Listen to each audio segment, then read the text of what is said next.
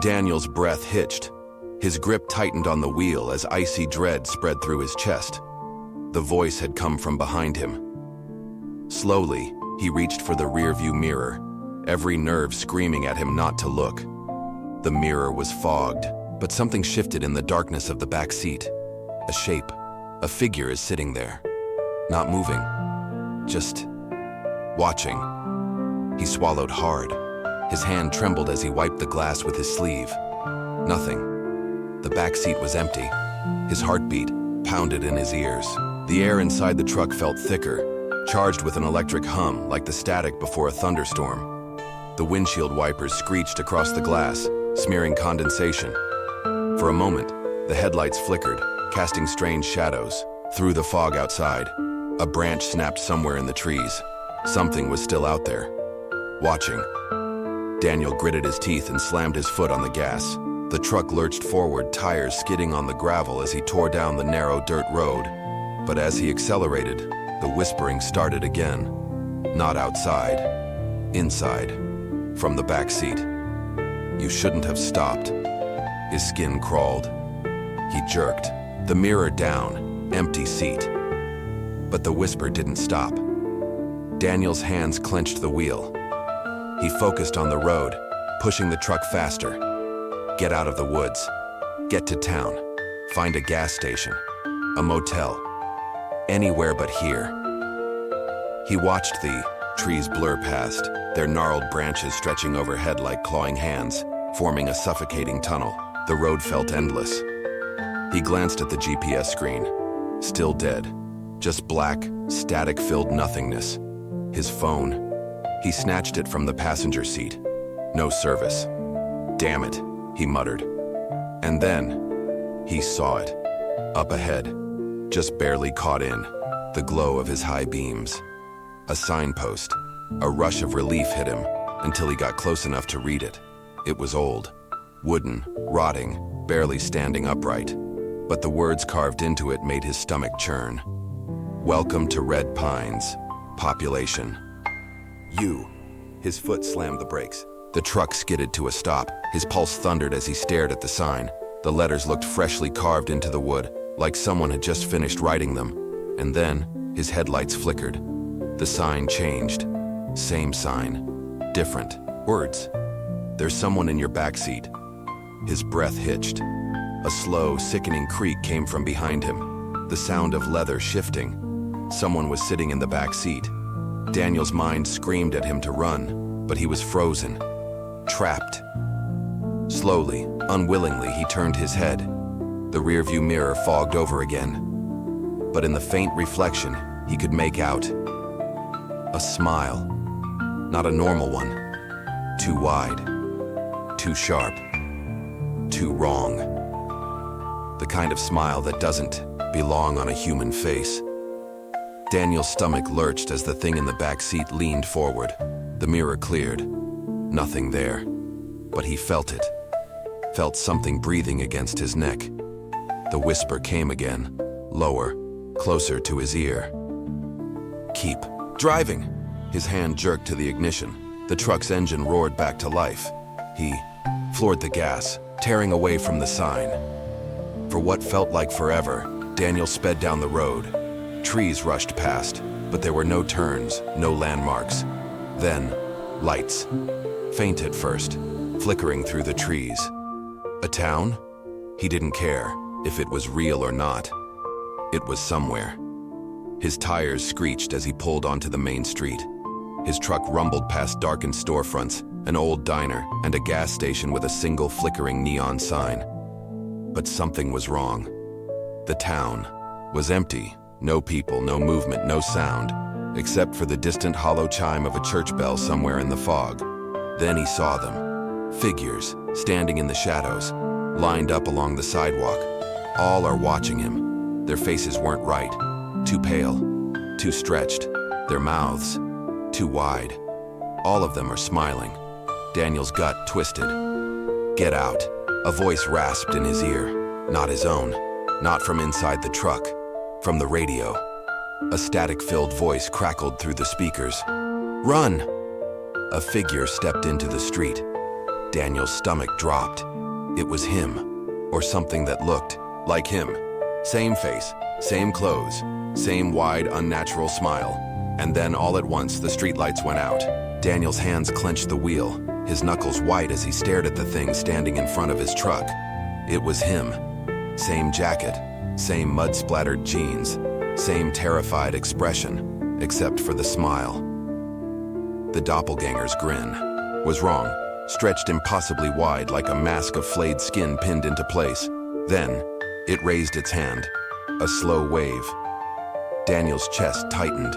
His instincts screamed at him to floor it, to run it down, to get the hell out of here. But before he could react, the figure blinked out of existence. Not stepped away, not run, vanished. The streetlights flickered back on. The smiling figures along the sidewalk were gone. The town looked normal. But Daniel knew better. His pulse pounded in his ears. He forced himself to breathe, gripping the steering wheel like a lifeline. He needed to find help. Someone. Anyone. The diner. It was the only place with lights still on. With a shaky breath, he killed the engine, grabbed his flashlight, and stepped out. The bell above the door jangled as Daniel stepped inside. The air smelled of burnt coffee and something sickly sweet. The place was empty. Old-fashioned red booths lined the walls. A long counter stretched across the room. The fluorescent lights buzzed faintly, casting a washed-out glow over the checkered floor. Then, Daniel saw him. A man sat at the counter, hunched over a steaming mug. He was the only person here. Daniel exhaled, relief flickering through his chest. But then, he noticed something wrong. The man wasn't moving. Not drinking, not blinking, just sitting there. Daniel swallowed hard. "Sir." The man shifted, slowly. His head turned too stiffly like someone operating a broken puppet. His face came into view. Daniel's stomach dropped. It was him. Again. A perfect copy, sitting at the counter, staring at him with empty, dead eyes. And then, the doppelganger's lips parted. "You shouldn't have stopped." Daniel staggered back, his pulse roaring in his ears. The lights flickered. When they came back on, the man was gone. Daniel spun around, his breath coming in short gasps. The diner was empty again. The plate on the counter, still warm. A half-eaten slice of pie, a steaming cup of coffee, like someone had just been there. His skin crawled. He turned back to the door. He needed to leave. Now. But then, a napkin fluttered off the counter. Daniel's stomach twisted. He reached out, his fingers trembling, and picked it up. There was writing scrawled across, it in red ink. "Don't look for him. He already found you." Daniel's vision swam. His breath hitched. And then, he felt it. A cold breath on the back of his neck. Something was standing right behind him. His body locked up, his hands clenched into fists. "Don't turn around." Every cell in his body screamed, "Don't turn around." The diner's radio crackled to life. A static-filled voice rasped through the speaker. "Run!" The light bulb shattered. Daniel bolted. Daniel stumbled out of the diner, his chest heaving. The street was dead silent. His truck, gone. Not stolen, not moved, just gone. His pulse hammered. He turned in frantic circles, searching for any sign of life. Then he noticed it. The signpost is at the edge of town, the one that had said, "Welcome to Red Pines, population U." Now, "Welcome to Red Pines, population 1." His breath hitched, his hands trembled. This town was a trap, and he was already inside it. A sound broke the silence. Footsteps, soft, measured, coming closer. Daniel whipped around. The street was empty, but he could hear them. And then, a whisper, right in his ear. "We see you." Daniel ran. His feet pounded against the pavement. He didn't know where he was running, only that he had to get away. And then, up ahead, a house, old, rotting, its windows gaping like empty eye sockets. The door stood slightly ajar. The wind howled, pushing it open a little more. Inside, a warm light, like it had been waiting for him. His breath was ragged, his mind racing. Go in, or stay outside with the whispering things. A slow creak echoed behind him. Daniel didn't hesitate. He ran inside. The door slammed shut behind him. The house smelled of dust and decay. The walls were lined with old photographs. Daniel's stomach tightened as he stepped closer. They were all pictures of him, sitting in his truck, walking into the diner, standing outside, staring at the town sign. Each photo was perfectly timed, like someone had been watching him this entire time, like someone had been waiting. His chest tightened, his fingers trembled as he reached out, and then he saw it. The last photo, taken right now, of him, standing in this exact spot. He spun around, but the room was empty. And then, footsteps creaked upstairs. Someone else was here. Daniel's breath came in short, sharp gasps. The upstairs hallway stretched before him, long and endless. At the end, a mirror. His reflection stood there, dim in the flickering light. He took a step closer. His reflection didn't move. Daniel froze. The mirror fogged over, his own breath clouding the glass. And when it cleared, his reflection was gone.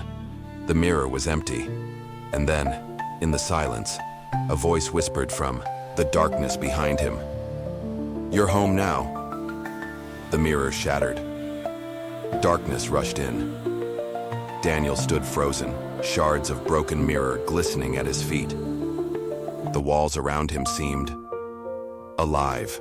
The floorboards beneath him creaked as if shifting on their own. And then, a soft, rattling breath. Daniel whipped around. The hallway was empty, but the sound continued. Coming from the walls, a horrible, wheezing inhale followed by a slow, trembling exhale. The house was breathing.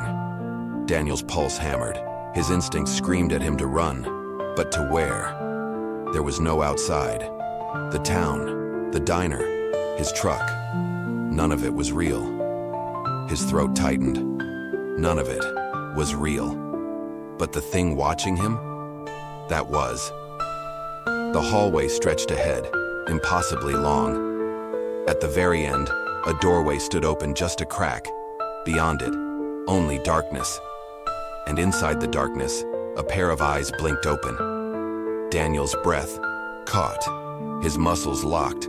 The eyes didn't belong to a face, they were just there, watching, waiting. Then a second pair blinked open, then a third, then dozens. The darkness breathed. Then, it moved. Daniel turned and ran. He tore through the hallway, nearly tripping over the stairs. The air was thick, suffocating. The walls shuddered. He needed a way out. Then, he saw it. A door, slightly ajar. Daniel shoved it open and stumbled inside.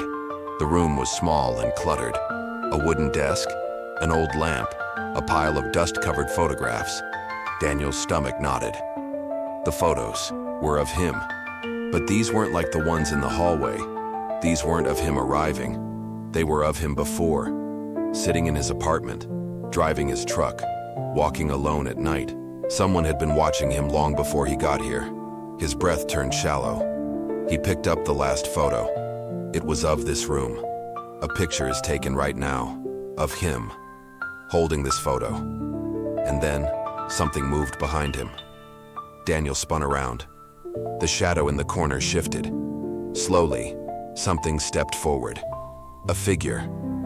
Tall, wrong, incomplete. Its limbs were too long, its posture too unnatural. Its face, blurred, like reality itself was rejecting it. Then, it spoke. "You were never supposed to leave." Daniel's stomach dropped. The voice was his own. Daniel stumbled backward, his mind screaming. The figure stepped closer. The walls groaned, the house shaking. "You were never supposed to wake up." The words twisted inside his skull. Wake up. The air rippled, like the whole world was about to break apart. Daniel clutched his head, a sharp pain stabbing through his temples. Memories surfaced, but they weren't his. A hospital room, machines beeping, doctors whispering. He's not coming back. A car crash. Him dying. His breath hitched. No, this wasn't real. The figure tilted its head. You're trapped. You've always been trapped. Daniel let out a ragged scream. The walls exploded into darkness, and he fell. Daniel's eyes snapped open. He was behind the wheel. His truck was idling at the edge of town. No, this wasn't happening. The sign beside him read, "Welcome to Red Pines. Population, you." His breath came in shaky gasps. His hands were on the steering wheel. The road stretched ahead, leading straight into town. And then, a figure stepped into the headlights. It was him, smiling and waving. Daniel tried to scream, but his hands were already turning the wheel, driving forward, back into Red Pines. Daniel's truck rolled into Red Pines, just like before. The streetlights flickered. The town was empty and silent. The diner stood at the corner, its neon sign humming like a distant heartbeat. Daniel's fingers tightened around the wheel. His mind screamed at him to turn around. But his body, it wouldn't obey. His hands moved on their own, guiding the truck to the exact same parking spot. The engine died. The silence swallowed him whole, and then a knock at the window. Daniel turned, the waitress from before, smiling. "Welcome back, Daniel." Daniel stumbled out of the truck, his breath ragged. No, I left this place." The waitress just smiled. "You never leave." Daniel backed away. The buildings around him shifted, their shapes distorting like reflections on water. The sky darkened, turning into a swirling, suffocating void. And then, a sound. Low, deep, inhuman. It came from everywhere.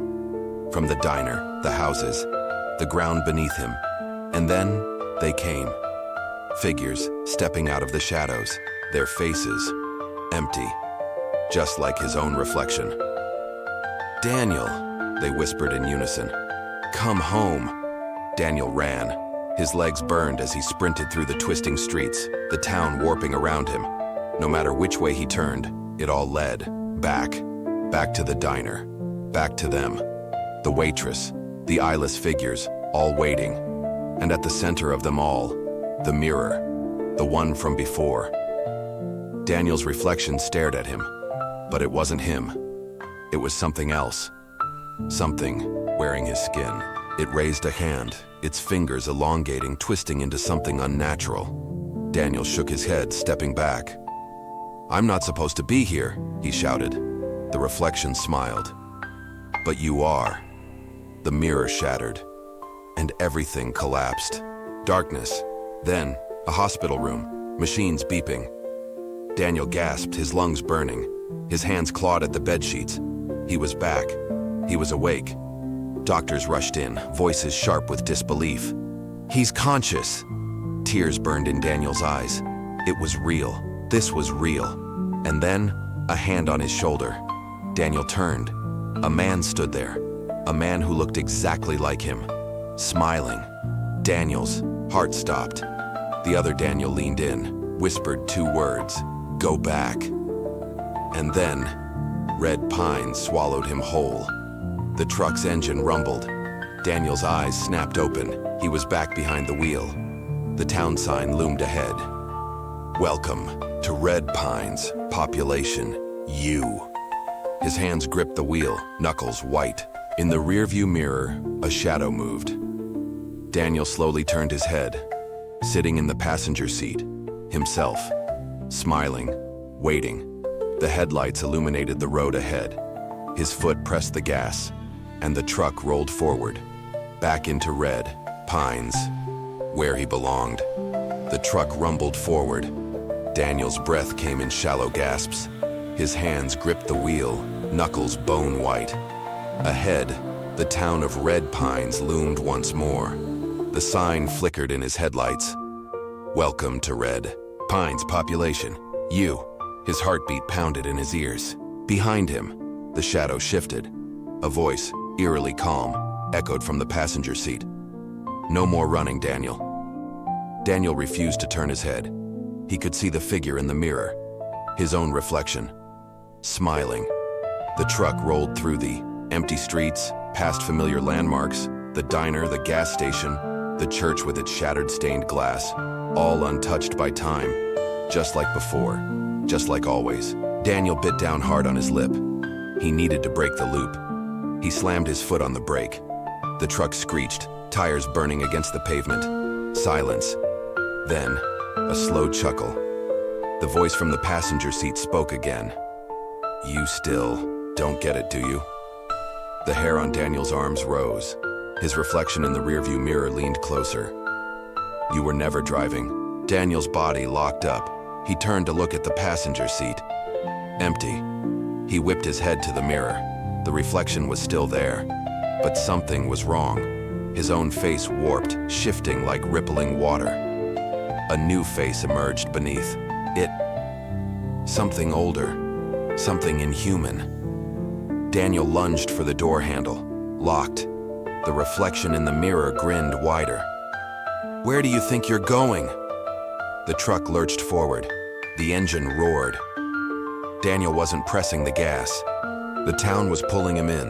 No, something inside him was. He could feel it now, something buried deep in his bones, something that had been there since the first time he arrived. The memories slammed into him, flashes of Red Pines, a life he didn't remember living, a past that didn't belong to him. A name whispered in the wind, not Daniel, something else, something older, something that had always been waiting for him to remember. Daniel's body relaxed. His grip on the wheel loosened. For the first time, he truly looked at Red Pines. The houses weren't empty. The windows weren't dark. They were watching. Dozens, hundreds. Figures stood in the glass, their silhouettes motionless, waiting. He knew them. He had always known them. Daniel's lips parted, a single word slipping free. Home. The reflection in the mirror nodded. Yes. The truck rolled to a stop in front of a house. His house. A house he had never seen before. And yet, he knew every room, every door, every shadow. Daniel stepped out of the truck. The door to the house swung open. Warm light spilled out, casting long shadows on the pavement. Inside, they were waiting. Figures standing in the hallway, their faces obscured by the light. Daniel took a step forward, then another. The door closed behind him, and Red Pines exhaled. Days later, a missing persons report flashed across a television screen. A news anchor spoke in a calm, detached voice. Local authorities remain baffled by the disappearance of Daniel Carter, a 32-year-old man last seen traveling through the rural town of Red Pines. Despite extensive searches, there has been no trace of him or his vehicle. The screen flickered. For a split second, something appeared in the static. A frame, a single grainy image, a group photo, old, faded, of the residents of Red Pines. And there, standing among them, was Daniel. The picture was dated 1954. Red Pines never forgets. Did you see it?